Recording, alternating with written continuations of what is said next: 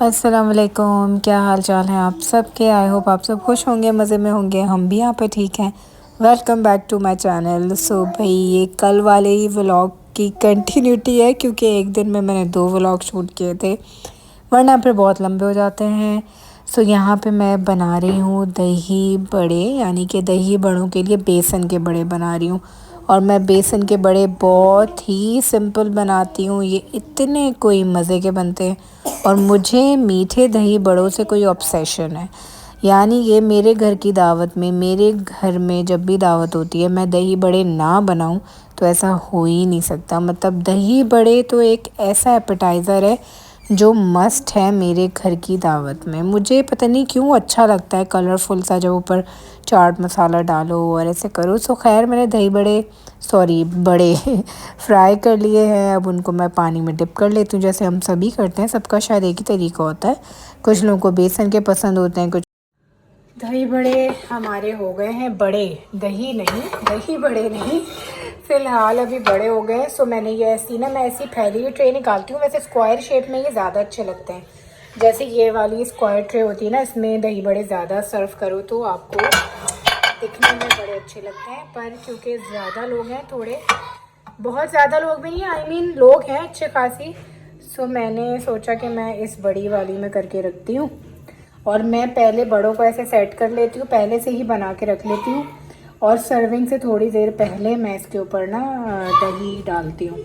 और दही ऊपर से ही डालना चाहिए, पहले नहीं डालना चाहिए। पहले बड़ों को सर्व कर लें, ऐसे फैला लें, पूरे स्प्रेड कर लें अच्छी तरह से। उसके बाद जब आप दही ऊपर से स्प्रेड करते हैं, फिर मसाला स्प्रिंकल करते हैं, तो बहुत प्यारा लगता है दिखने में।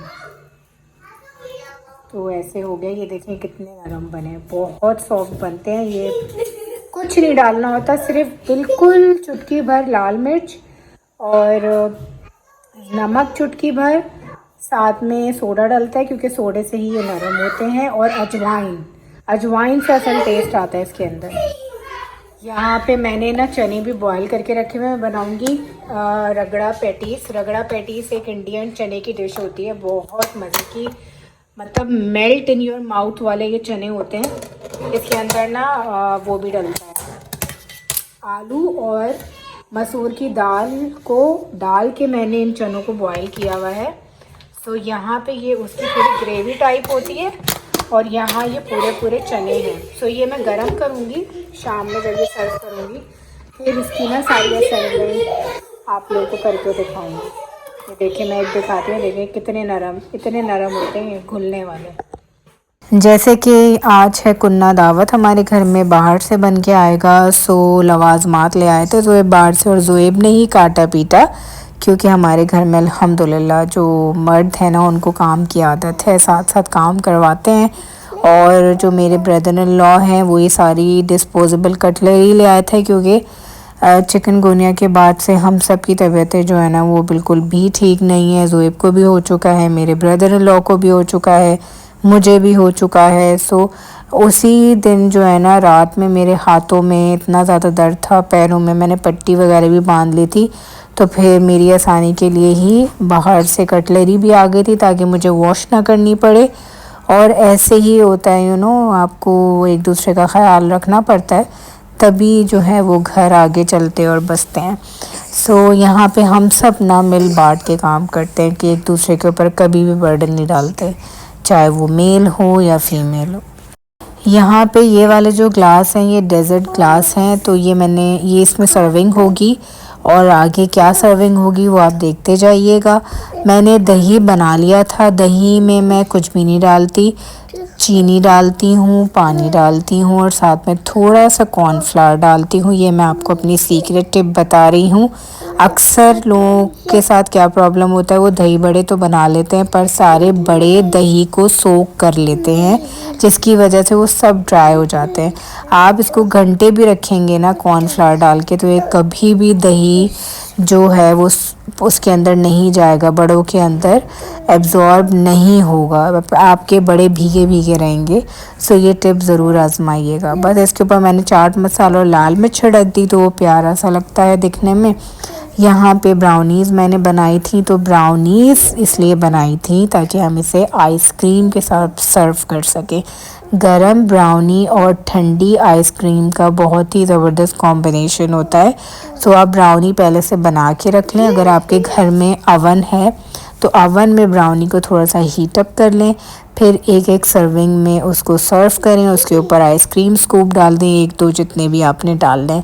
सो ये मैंने काफ़ी देर पहले ही बना के रख ली थी और इसको मैंने बाहर ही रखे रहने दिया था, फ्रिज में नहीं रखा था। सो ये मैंने बनाई थी 7 इंच के पैन में। 7 इंच के पैन में बनाने के बाद इसमें मैंने छोटे छोटे इसके पीसेस कर लिए थे। ऑलमोस्ट कोई 12 से 14 या 16 पीसेस हो गए थे छोटे वाले।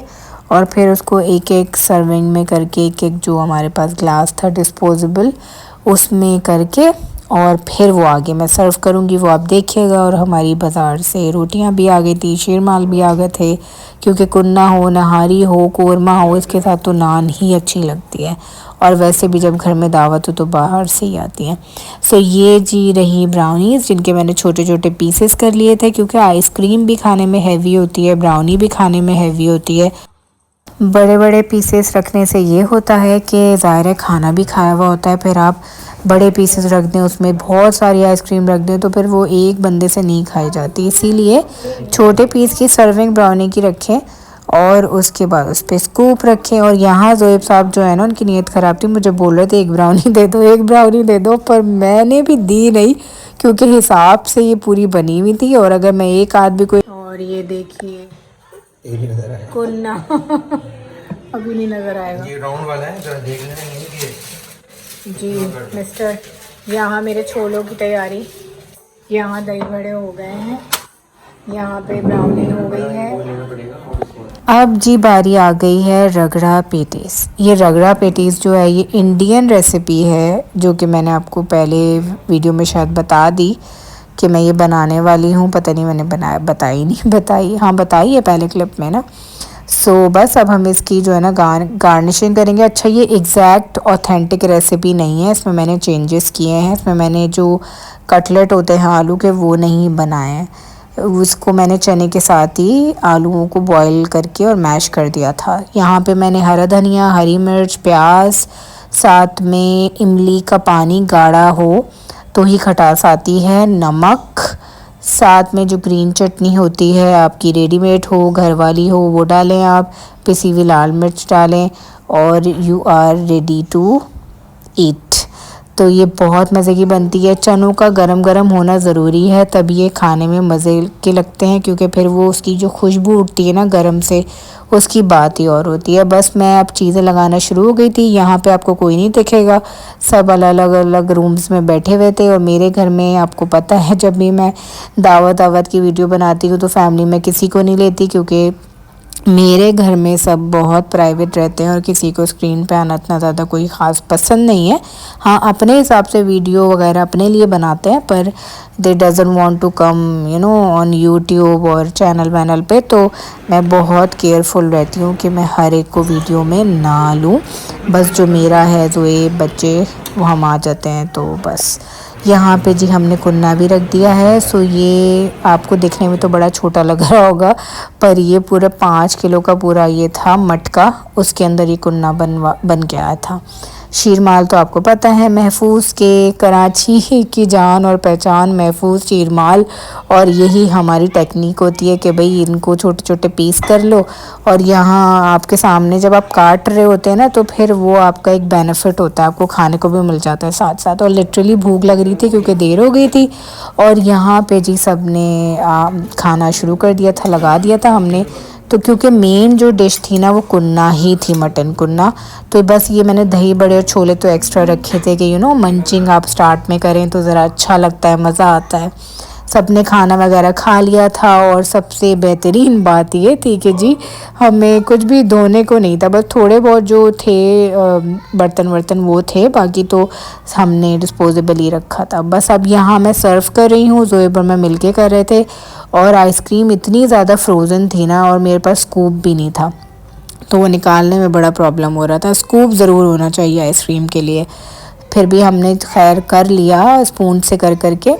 तो यहाँ मैंने एक एक छोटे छोटे पीस पहले ब्राउनी के रखे और उसके ऊपर फिर हम आइसक्रीम रखेंगे और फिर उसके बाद सबको सर्व करेंगे। और सबको बड़ा अच्छा लगा, पसंद आया। और ये जो ट्रांसपेरेंट ग्लास होते हैं ना डेजर्ट वाले, ये बहुत अच्छे लगते हैं क्योंकि इसमें ना आपने जो सर्व किया होता है वो दिखता है, तो प्रेजेंटेबल लगता है बहुत ज़्यादा। तो इस तरह से हमारी दावत थी। आजकल की दावतों में घर की चीज़ें कम बन रही हैं, जैसे मैं पहले बनाया करती थी, बाहर का अब थोड़ा ज़्यादा होने लगा है मेरे काम की रूटीन की वजह से।